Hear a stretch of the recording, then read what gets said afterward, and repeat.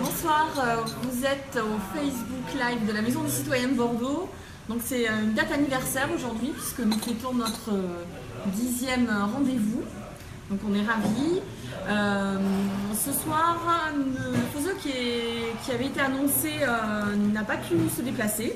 Donc on a quand même une grande chance puisqu'on accueille Christophe Charlet qui est un faiseux, qui va nous parler de sa structure, de ses initiatives et des personnes avec lesquelles il travaille. Donc on remercie Christophe d'être avec nous. Merci de m'inviter. Enfin, merci, je me suis invité en fait. C'est le principe. Je ne pas invité, je me suis invité tout seul. Voilà, c'est le principe de la Maison des Citoyens. Et je suis ravi d'être là, voilà, ça fait très plaisir. Tu vas nous présenter la structure que tu portes ou que tu as créée. Je sais pas, je connais pas l'histoire moi. Donc, Ouais, personne ne connaît tellement l'histoire, c'est ça qui est bien. On va partir de zéro. Et alors pour vous dire un petit peu, alors j'ai combien de temps? Tu as 30 minutes max. Non, tu as 20 génial. minutes. Tu as 20 minutes. Après 10 minutes pour Ok. la maison, mais tu as 20 minutes. Ok, 20 minutes, sachant que c'était pas prévu. Mais... Non, mais on aura des questions à te poser, t'inquiète pas. Ok, c'est super. Voilà, tu te présentes et puis après on va rebondir. Ok, du coup en fait, avec des amis lyonnais, deux amis lyonnais, qui sont Levent, deux frangins, Levent et Bülent Takar, on est parti d'un constat, c'est qu'au niveau politique, comme le disait tout à l'heure Mathias lors de notre conversation qui précédait ce live, on se sent un peu impuissant au niveau politique depuis une trentaine d'années. On ne voit pas grand-chose qui bouge et qui vont dans notre sens. Et on voit en parallèle tout un tas de scandales éthiques tous les jours dans les news qui se succèdent et pour lesquels on se sent véritablement impuissant au niveau politique. Et ça vient du fait en fait que c'est en fait l'économie qui prend le relais, enfin, qui a un pouvoir plus grand que le politique. Du coup, on est parti de ce principe-là pour mettre en avant un outil qui est assez peu connu, qui est assez peu utilisé en France, mais qui est beaucoup plus utilisé dans les pays anglo-saxons, qui est le boycott. Donc l'idée c'est d'éveiller les consciences au travers d'un outil puissant qui va permettre de redonner à tout à chacun, à chaque citoyen, la possibilité de ne plus consommer un produit. Et c'est là qu'est toute la puissance du truc, c'est que les gens ne savent pas à quel point ils sont puissants au travers leur manière de consommer. Et la meilleure façon de pouvoir changer le monde dans lequel on vit, c'est en commençant par se changer soi-même.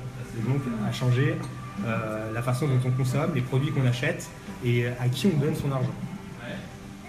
On est parti véritablement de ce constat-là, c'est-à-dire que en fait dans tout ce qu'on achète, il y a en gros 10 multinationales, 10 multinationales à travers le monde qui commercialisent l'ensemble des produits qu'on achète au travers les grandes surfaces comme Carrefour, Auchan et compagnie. Il y a longtemps que vous avez créé Alors ça fait, en fait, on a lancé à partir de cette idée-là et de cette révélation qui s'est un peu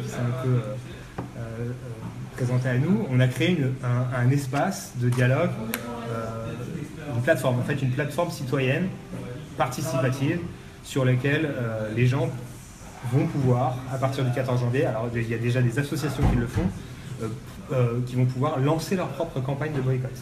sur Internet, hein. Sur Internet, en fait, via une plateforme type. C'est un peu dans le même esprit que ce que fait Change et Avaz, change.org. Vous avez déjà sûrement tous signé des pétitions, une multitude de pétitions online sans véritablement savoir non plus trop ce que c'est devenu. La grande différence avec les plateformes de pétition, c'est qu'on s'engage individuellement, tout en s'inscrivant dans une dynamique collective, à ne plus consommer un produit pour des raisons qui sont d'ordre éthique. Ouais, c'est pas juste je signe contre, je fais quelque chose.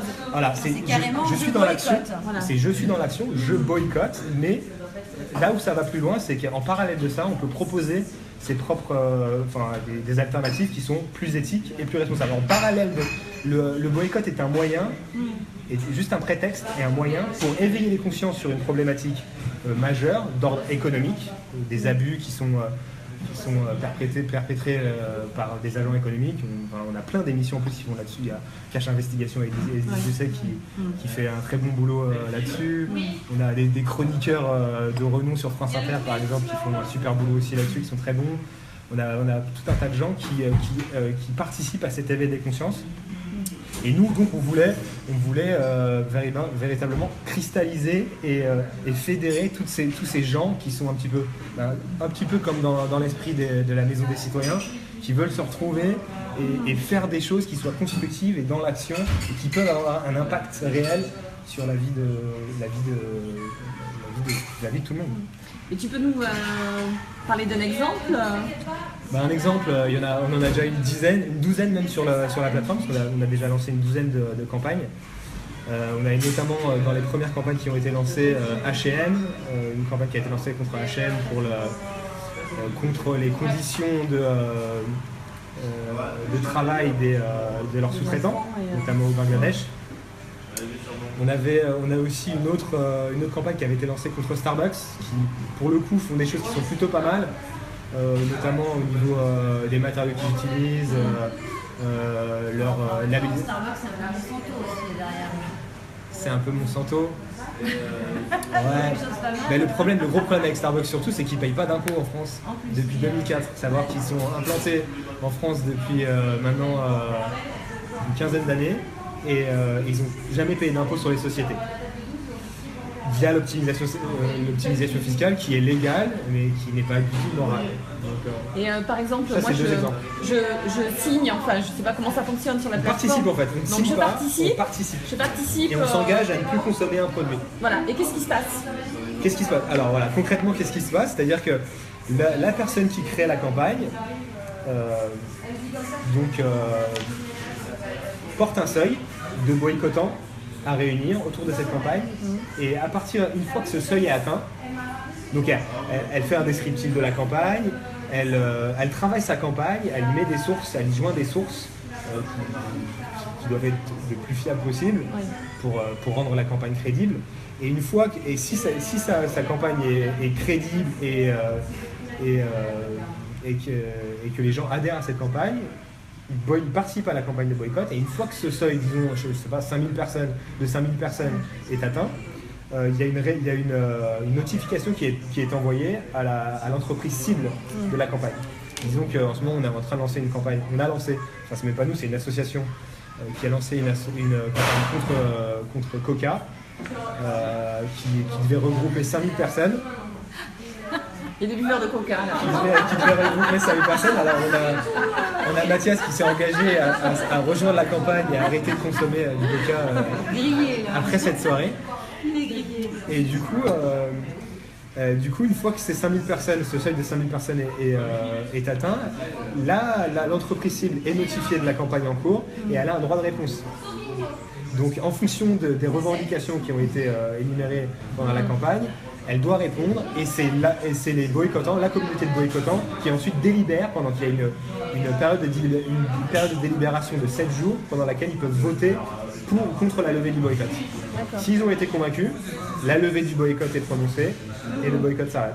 Si la communauté de boycottants n'a pas été convaincue, le boycott continue avec un nouveau seuil qui est augmenté et à ce moment-là un nouveau droit de réponse sera fourni à ce moment-là. D'accord. Et comment parce que là j'ai bien entendu, je pensais au départ que c'était avec tes deux amis que vous étiez les trois seuls initiateurs. Non. En fait, donc c'est des associations qui proposent des boycotts. Alors, à l'heure actuelle, pour le moment, il n'y a que nous, l'équipe iBoycott, et les associations qui peuvent le faire.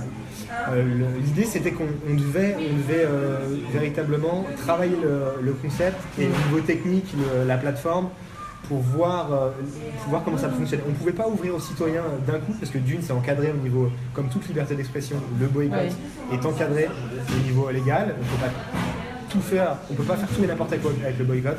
C'est un outil très puissant, mais c'est un outil qu'il faut manier avec parcimonie. D'où les sources. Voilà, mais il y a aussi 4 règles d'or qu'il faut appliquer, qui sont pas de discrimination, pas de dénigrement, pas de diffamation et pas de contrefaçon. J'en ai pas oublié. Et donc ça c'est important. Les gens avaient besoin de se familiariser avec cet outil avant de pouvoir l'utiliser correctement. Parce que nous, après, c'est nous qui sommes exposés s'il y a des. Si on se fait. L'idée, c'est qu'on se prenne pas un procès et qu'on coule au premier procès parce que ça demande des moyens considérables et que c'est la première arme utilisée par les multinationales pour essayer de couler une initiative qui, même si on est là pour les aider, on est là pour instaurer un dialogue et les faire évoluer, on ne voit pas forcément d'un œil forcément bienveillant. Là, même si on est vraiment dans une démarche de bienveillance et de dialogue, et ça c'est vraiment important pour nous. On n'est pas là pour casser les multinationales et boycotter tout simplement. Oui, donc on partage ce même pilier de la colère positive.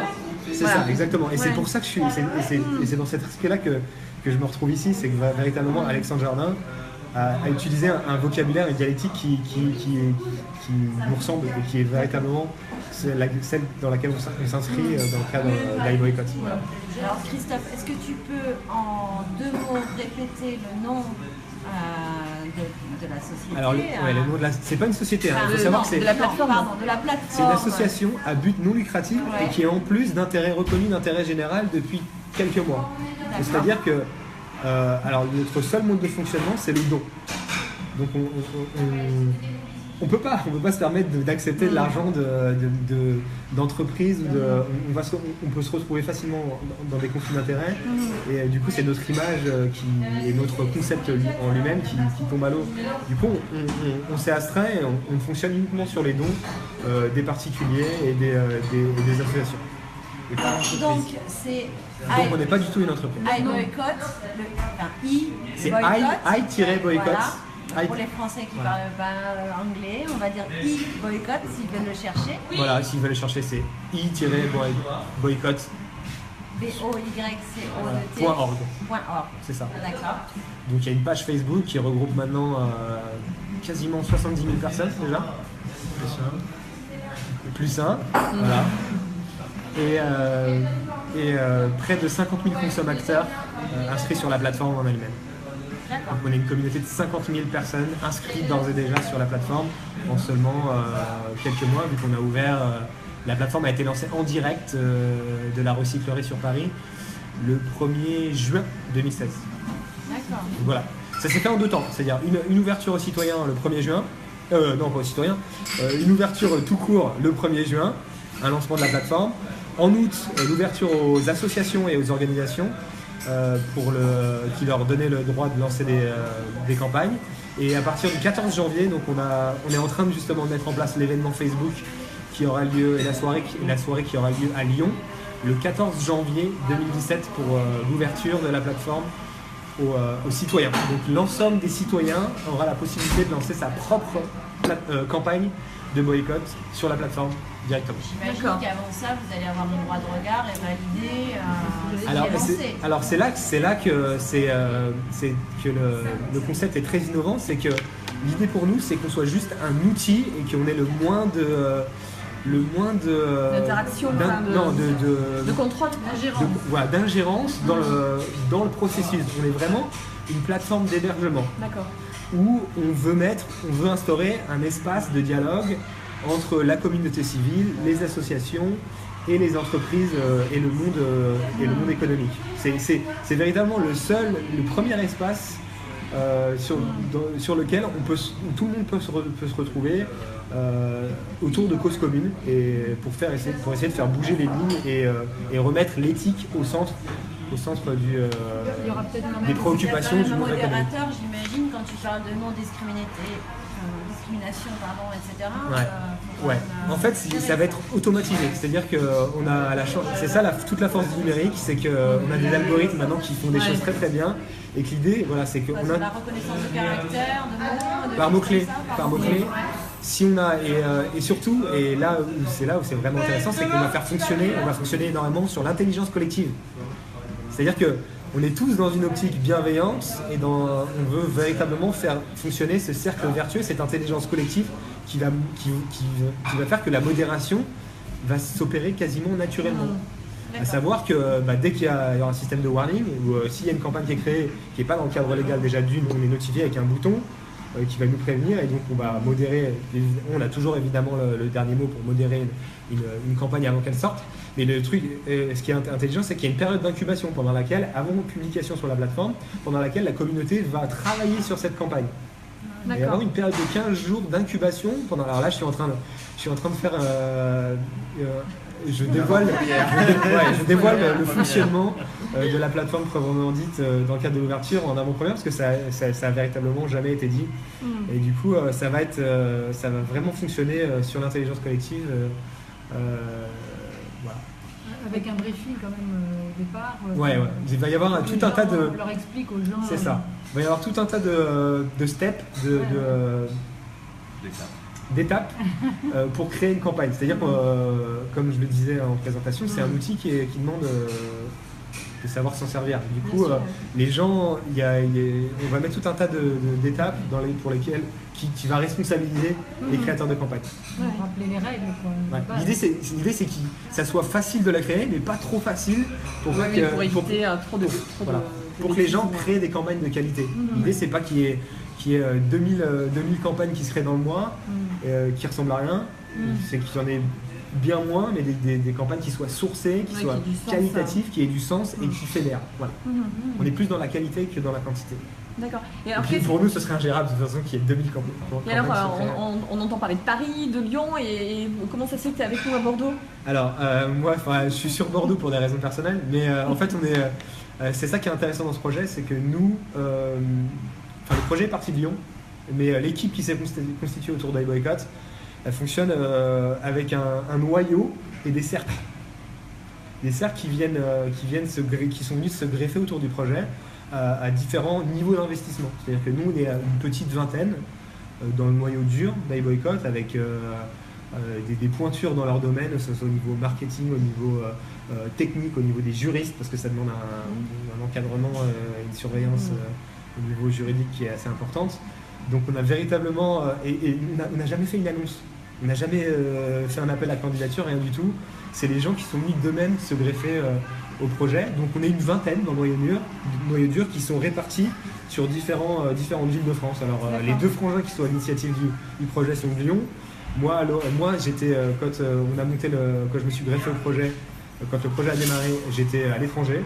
J'ai vécu 7 ans à l'étranger, j'étais à Singapour, donc rien à voir avec la France. On a une cellule à Paris, et moi maintenant je suis sur Bordeaux pour des raisons personnelles. Donc voilà pourquoi je suis sur Bordeaux.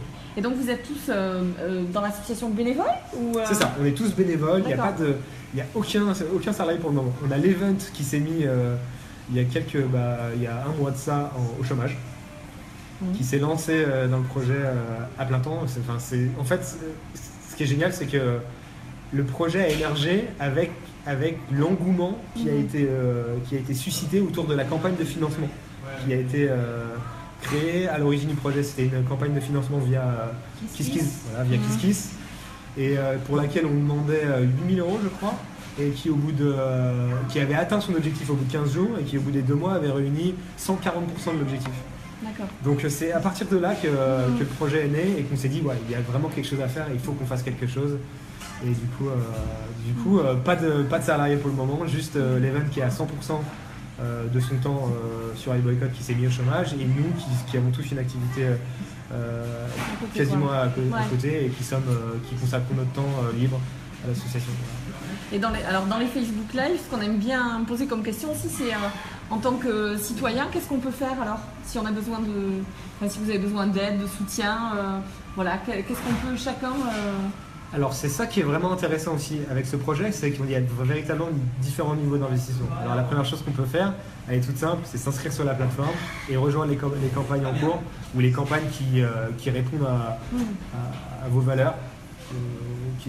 Moi personnellement, je suis très sensible à la cause animale, donc c'est les premières campagnes vers lesquelles je me tourne, mais après je suis sensible à plein d'autres choses. L'idée, c'est véritablement de redonner le pouvoir aux citoyens au travers la consommation et notre pouvoir d'achat. Il est véritablement là le pouvoir d'achat. Il n'est pas dans juste le pouvoir de dépenser son argent, il est dans le pouvoir de dépenser son argent de façon ouais. éthique et de façon consciente. Voilà, et savoir à qui on donne son argent. Donc ça, c'est la première chose qu'on peut faire, c'est s'inscrire sur la plateforme, rejoindre les campagnes en cours et se changer soi-même et changer sa façon de consommer au quotidien par des petites choses. Ça peut commencer vraiment par des gestes simples. Arrêtez de boire du coca. Arrêter de boire du coca, consommer. Je crois que ça va être le plus dur. L'alcool, j'ai plus, les cigarettes, j'ai pu m'arrêter, mais le Coca-Cola, je pense. Changer sa façon de faire les courses, changer les endroits où on fait ses courses, privilégier les circuits courts, les produits locaux. Voilà. Il y a différents niveaux d'investissement qui commencent par soi-même et ensuite qui peuvent passer par la Maison des Citoyens, par des antennes qu'on va créer l'année prochaine qui sont un petit peu dans l'esprit des maisons des citoyens qui vont être concentrées sur la consommation et qui vont être en relais des campagnes qui sont créées sur iBoycott, véritablement qui vont être des actions terrain en parallèle pour justement venir supporter les campagnes et éveiller les consciences sur les problématiques soulevées par les différentes campagnes qui sont lancées sur la plateforme. Voilà, donc voilà les différents niveaux d'investissement qui sont. L'idée, nous, véritablement, c'est qu'on puisse éveiller les consciences de manière plus large et les choses se feront d'elles-mêmes. On peut aussi proposer à des associations alors, si elles ont des idées ou en tout cas des besoins de lancer des boycotts, de venir aussi voir le site. C'est exactement ce qui est fait maintenant depuis 3 mois. Nous, on est en partenariat avec différentes associations. Tu peux en citer quelques-unes pour donner des idées? Oui, bien sûr. La première association à avoir lancé, par exemple, sa campagne de boycott sur la plateforme, c'était Sea Shepherd. Sea Shepherd, qui est Paul Watson, qui est le président de l'association, qui est une association internationale, qui est l'un des anciens fondateurs, l'un des fondateurs de Greenpeace, a lancé cette association-là. Et c'est eux qui ont lancé la première campagne de boycott sur iBoycott dans le cadre du Marineland d'Antibes. D'accord, ah oui, tout à fait, oui. Pour sensibiliser sur les parcs aquatiques et les conditions de détention des animaux dans les parcs aquatiques marins. Et voilà. Donc Sea Shepherd, on a tout un tas d'associations locales, notamment on a eu un gros engouement sur la cause animale, avec tout un tas d'associations qui Vida, on a d'autres associations aussi sur le bien-être animal principalement. Qu'est-ce qu'on a d'autre aussi comme asso? On a une douzaine de campagnes et uniquement des associations pour le moment et iBoycott qui vont lancer des campagnes. Elles sont répertoriées de toute façon. Elles sont répertoriées sur le site. Voilà. Il y a 20 ans. Est-ce que vous avez des questions? Mathias a des questions? Peut-être? J'en ai plusieurs, mais qui rejoignent des mouvements qui ont déjà existé par rapport c'est des questions qui me viennent concernant le mouvement consommateur, des mouvements comme l'éthique sur l'étiquette, des mouvements comme des notions de progrès. C'est ce dont tu as parlé dans ton projet, de cette notion de progrès, c'est-à-dire de discuter avec l'entreprise pour l'aider à s'améliorer plutôt que de la faire tomber. Le boycott n'est pas là pour tuer, mais pour améliorer. C'est ça, c'est bien ça. Et pour moi, c'est la notion de progrès, c'est un truc qui m'est très cher, qu'on retrouve dans le commerce équitable et que ce sont des idées que je soutiens. Donc là, c'est vrai que j'ai plein de questions, mais je ne sais pas si tu peux répondre de façon courte à ce genre de... La notion de consommateur, la notion de... Est-ce que tu es proche de d'autres mouvements qui sont du même type par rapport au commerce équitable, par rapport à ces notions d'action par la consommation? Ouais. Est-ce que tu es proche de ces mouvements-là? Est-ce que vous cherchez à les fédérer d'une certaine façon ou pas? Ah, bien sûr. Est-ce que tu es Bruno? Non, je suis super Bruno. Bonjour. Donc pour essayer de répondre à Mathias, on a un nouveau citoyen bienveillant qui vient de rejoindre, c'est pour ça. Rejoindre la table ronde. Bonsoir. Il n'y a pas de souci, pour essayer de répondre à Mathias, l'idée c'est véritablement de fédérer tout cet engouement et tous ces mouvements qui sont sur ce concept de consommation. Ça c'est vraiment important pour nous. L'idée, il faut vraiment fédérer les gens et qu'on puisse parler d'une voix unique avec des valeurs communes. Ça c'est vraiment important et du coup on est complètement dans la consommation. La consommation c'est véritablement consommer consommer responsable et avec conscience. Être dans ne plus subir l'acte de consommation, mais le produire, de manière éthique et savoir ce qu'on fait. Et c'est de cette manière-là, je pense qu'on pourra faire bouger les lignes. Ils seront obligés, je veux dire, les acteurs économiques seront obligés de s'aligner avec la demande. En plus, on est quand même très très en retard par rapport à certains pays sur le boycott. Enfin, il y a des pays qui ont utilisé ça il y a déjà très longtemps. Alors peut-être pas de manière. C'est pas dans la culture. Voilà. C'est pas dans la culture les États-Unis, mais bon, on voit ce que ça a donné. C'est pas forcément terrible comment ils s'en sont servis, mais c'est un des premiers pays à avoir utilisé le boycott pour faire bouger les lignes quand même en matière de consommation. Mais bon.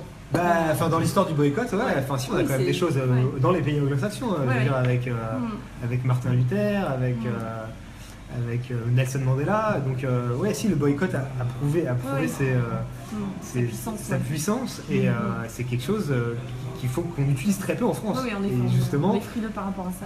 Et c'est de là qu'est né véritablement le projet. C'est qu'il y a une très mauvaise image du boycott. Quand on dit le mot boycott aux gens, les gens ont tendance à se reculer et dire oh le boycott. Alors la première réaction c'est une réaction de méfiance mais c'est pas interdit. Non, ce n'est pas interdit, le boycott n'est pas interdit, il est encadré comme toute liberté d'expression. La seule chose qui est interdite dans le cadre du boycott, c'est de boycotter une nation.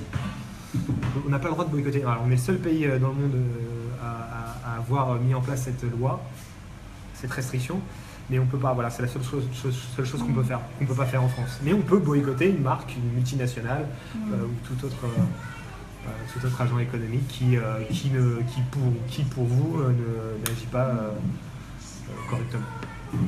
Nathalie dit on peut aussi réfléchir à comment montrer qu'on peut acheter moins et en particulier des choses neuves. Oui, c'est ce qu'on disait tout à l'heure, c'est acheter responsable au final. Réfléchir à nos achats, nos actions d'achat, etc. Et puis agir. H&M par exemple, entre autres, dont tu parlais tout à l'heure, le boycott d'H&M par rapport à la manière dont ils font travailler les gens, dans quelles conditions ils les font travailler, oui, c'est un des actes citoyens. Boycotter seul, on a toujours l'impression de se sentir ça sert à rien. Ça sert à rien. Là, la plateforme va pouvoir véritablement oui, puis parfois on sait concentrer l'indignation et envoyer. Voilà. Et du coup là, on a vraiment un centre, on a quelque chose avec des pistes, c'est ce que tu disais, c'est qu'à chaque fois il y a des alternatives qui sont proposées. Donc pour le pour le Coca de Mathias, il y a peut-être des marques de produits fabriqués en France. Exactement, Brace qui est breton, mais il y a plein d'alternatives. Donc on va t'aider. Ça c'est une composante qui est complémentaire au boycott, c'est la partie boycott. Donc le boycott, c'est éveiller les gens sur les problématiques et c'est la dénonciation des pratiques peu éthiques, non éthiques et qui vont contre l'intérêt général. Et de l'autre côté, vous avez le boycott, qui vient de l'anglais to buy, qui est au contraire de mettre en avant, promouvoir et mettre en avant des alternatives à la campagne qui sont beaucoup plus éthiques et plus responsables.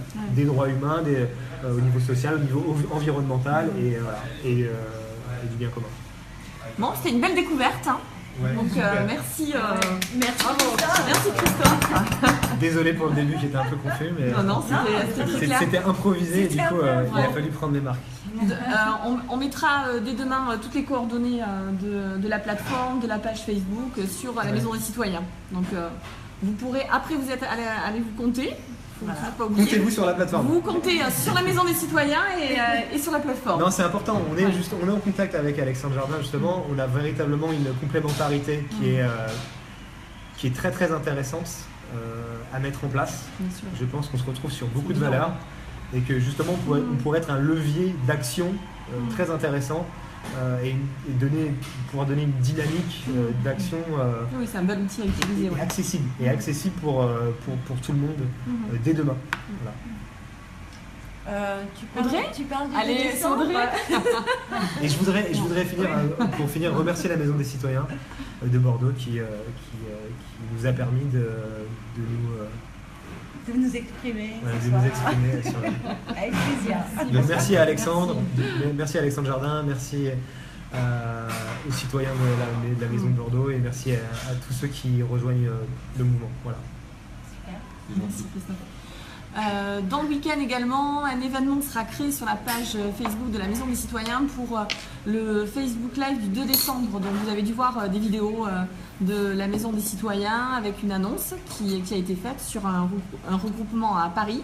Donc ce qu'on vous propose sur Bordeaux, c'est d'une part de créer un événement qui vous permette de, si vous avez envie d'y aller, si vous avez des places dans une voiture, enfin si vous voulez covoiturer, vous organisez entre vous. Donc on va créer cet espace sur la page Facebook et on est en train de créer un événement sur Bordeaux avec d'autres maisons locales, mais ça on vous en dira plus un peu plus tard. D'ailleurs, petit message pour la maison de Arcachon, si vous pouvez prendre contact Voilà, avec nous. Arcachon, on a besoin de vous, donc si vous pouvez nous faire signe. Blaye, le Médoc, Anjou aussi qui s'est proposé de descendre à Bordeaux. Voilà, toutes les maisons proches de la Gironde sont invitées à contacter Audrey. Toi aussi. Voilà. Bon, merci tout le monde. Bonne soirée. Bonne soirée. Au revoir. Ciao.